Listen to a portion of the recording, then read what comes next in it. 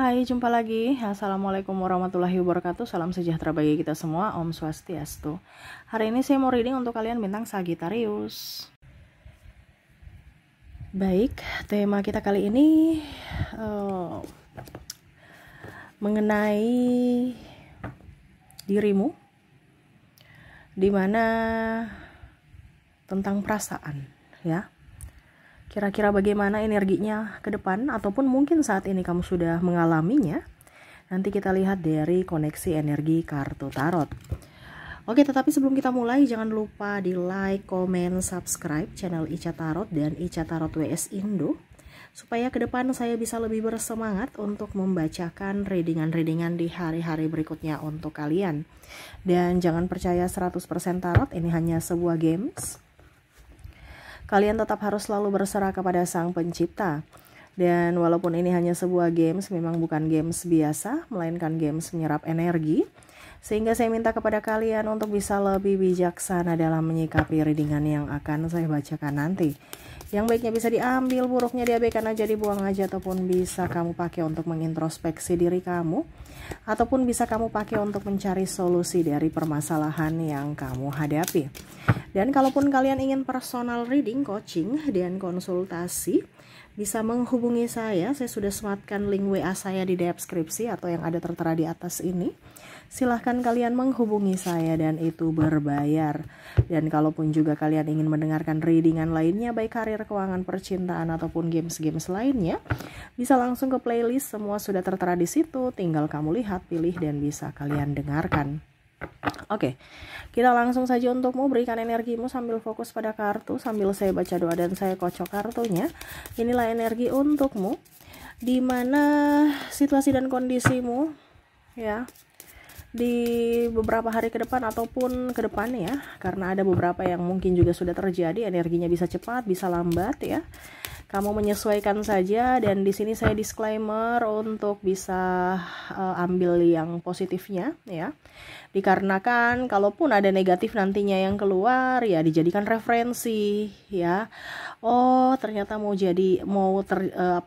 energinya kah mau seperti gitu. Berarti solusinya ini, ya. Jadi sudah bisa antisipasi, ya.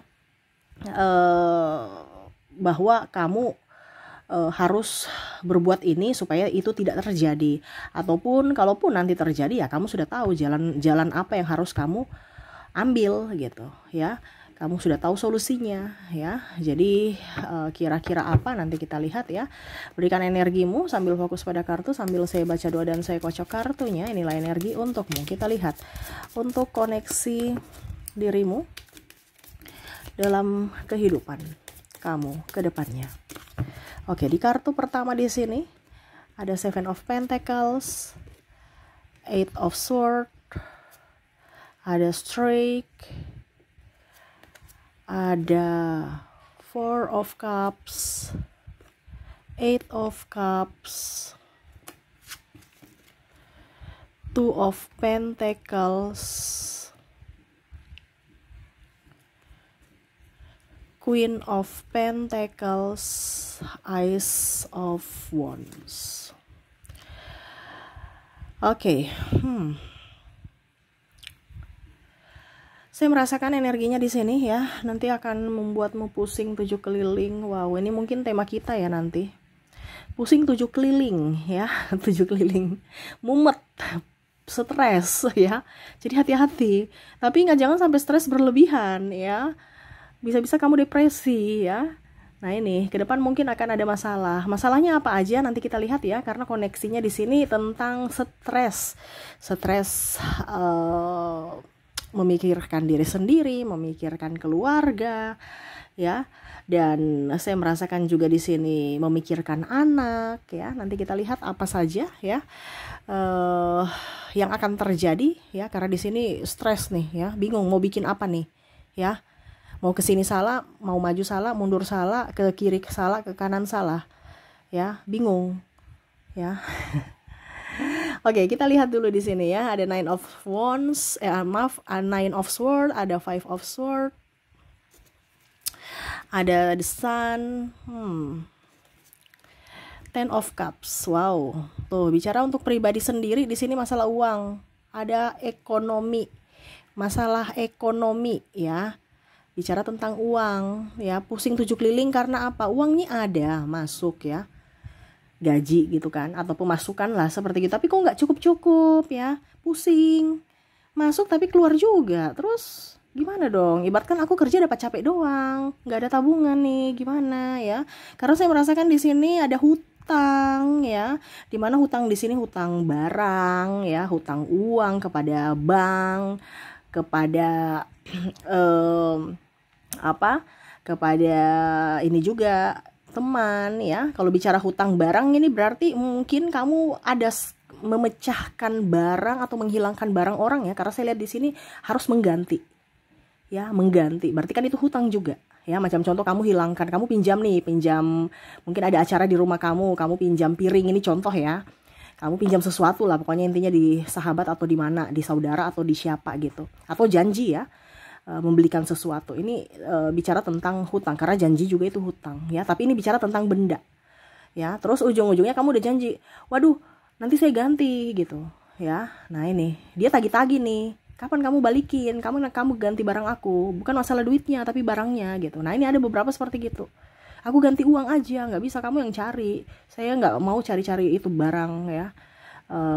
Kamu yang mungkin rusakin, pecahin ya, kamu berganti gitu. Nah ini ada seperti gitu ya, karena bicara tentang hutang barang ya, entah baju ya diganti ya karena hilang atau sobek ya.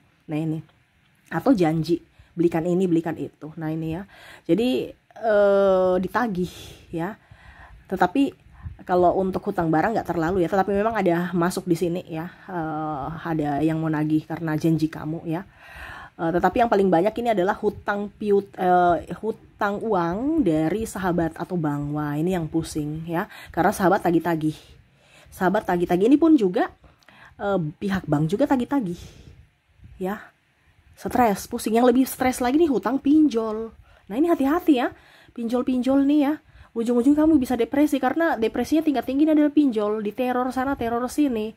Kamu sudah dapat teror dari pinjol, kamu dapat teror lagi dari sahabat-sahabatmu atau keluargamu atau orang-orang yang kamu kenal, di mana pinjol itu meneror. Nah ini ya, jadi hati-hati pinjaman online yang nggak jelas ya, ujung-ujungnya nama baik kamu tercemar ya, sampai bisa kamu yang stres sendiri, pusing sendiri, depresi sendiri ya, karena ya kamu yang salah, kamu yang memutuskan untuk pinjam-pinjam ya. Hati-hati bicara pinjam-pinjam nih, hati-hati ya. Lebih baik kita punya sendiri busuk-busuk ya, dibandingkan bagus-bagus tapi malah punya orang atau memaksakan keadaan, yaitu beli secara kredit. Nggak apa-apa kalau kita beli kredit kita mampu, tapi kalau kita memaksakan keadaan, ini yang nggak bagus, dan ini terjadi ya. Makanya pusing 7 keliling, bingung mau cari pinjaman di mana lagi. Saya punya banyak pinjaman, mau pinjam ke situ saya saja belum masih punya hutang di dia. Ini contoh ya. Nah ini hati-hati ya. Jadi kalau ke depan ya harus punya safety tentang keuangan. Berikutnya lagi nih tentang sakit, hati-hati sakit ya.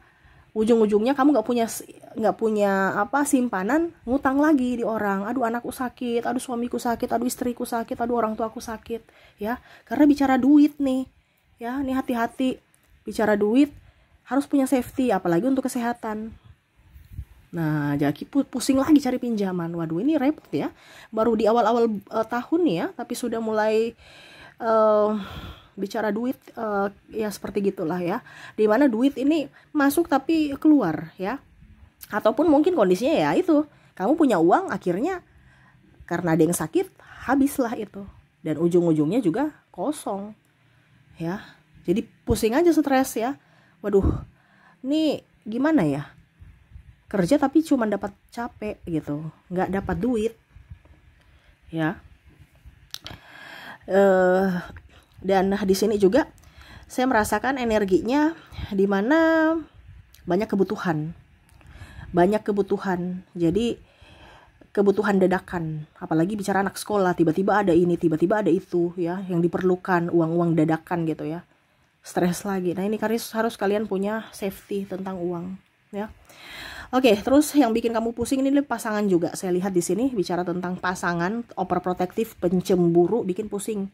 ya, jaga mulu, ya, telepon mulu, SMS mulu, ribut mulu, ya. Nih ada yang mana serasa tidak mempercayai pasangan gitu. Pasangan jadi tidak nyaman, dikekang karena saking cemburunya. Ya kita tahu bahwa kalau cemburu berarti memang takut kehilangan atau memang dia betul-betul sayang. Tapi kalau over, ya itu nggak bagus, pasangan nggak nyaman. Tapi ini yang terjadi, ya. Jadi kamu akan pusing mana yang mau kerja, ya, mana mau untuk urusan kerja atau urusan percintaan nih. Jadi pasanganmu tuh kayak macam tahu bahwa kamu pulangnya jam 5 sore. Ya sudah jam 5, tapi ternyata kamu lembur. Nanti dipikirnya wah kamu tipu-tipu, terus kamu selingkuh, atau dia pergi samperin ke tempat kerja kamu. Akhirnya apa? Kamu yang jadi malu sama pimpinan dan teman-teman rekan kerja, ya, karena pasanganmu berulah. Nah ini hati-hati, ya. Nanti mungkin kamu nanti bicara ke pasangan, ya, saya ada rapat atau ini, atau kamu jangan terlalu cemburu, ya. Ini karena kurang komunikasi aja sih. Nah ini, jadi kalau mempunyai pasangan harus banyak komunikasi supaya dia tahu, ya, apa yang terjadi gitu. Jangan diam, nanti malah dia merasa terabaikan dan akhirnya berulah, ya. Oke, berikutnya di sini yang bikin pusing ini adalah bos, ya, pimpinan kamu atau senior, ya, atau ya pokoknya intinya yang di atas kamu lah. Kalau kamu karyawan, ya, dimana ya kamu selalu salah dan salah, dimarah mulu, ya. Nih ada beberapa seperti gitu yang saya rasakan. Aduh, nih kok saya kerja kayak di tempat toksik, ya. Seolah-olah saya tiap pagi di free briefing tapi dimarah-marah mulu, di emosi mulu gitu, tidak bisa buat nyaman, ya. Nah nih ada tekanan dari pimpinan, ya. Jadi bikin tambah stres karena pekerjaan belum satu selesai sudah ada satu pekerjaan lain lagi numpuk lagi, bikin pusing. Seolah-olah ini saya robot, ya. Robot aja perlu dicas, kok saya nggak istirahat, ya. Iya kan, robot itu perlu dicas loh, ya. Anggap istirahat, kok saya ini manusia nggak diberikan waktu untuk istirahat. Bahkan mungkin pekerjaan yang harus dia lakukan atau orang lain lakukan dilimpahkan ke kamu, tapi gaji nggak naik-naik. Nah ini ada. Jadi kamu marah gitu, tapi kayak ya ampun, ya apalah, kita cuma anak buah, ya. Ya sudah ikut aja. Jadi bos yang bikin pusing, stres, ya. Ribut mulu, marah mulu, ya. Energi negatif, ya. Dan terakhir di sini saya merasakan energinya dimana tentang anak, ya. Waduh, anak kamu nih yang bikin pusing 7 keliling, dimana anakmu nakal, ya. Ada anakmu juga minta jajan, sudah tahu sakit perut, banyak macam-macam, ya, tapi maunya jajan. Kalau tidak ngerengek-rengek, nangis, tantrum, ya. Terus juga saya melihat di sini kalau bicara tentang anak, malas makan, ini yang bikin kamu pusing. Terus juga ada beberapa juga yang tidak jujur, ya, mengambil barang orang tanpa bicara atau malah pinjam duit, ya, nanti ditagih ke rumah, ya.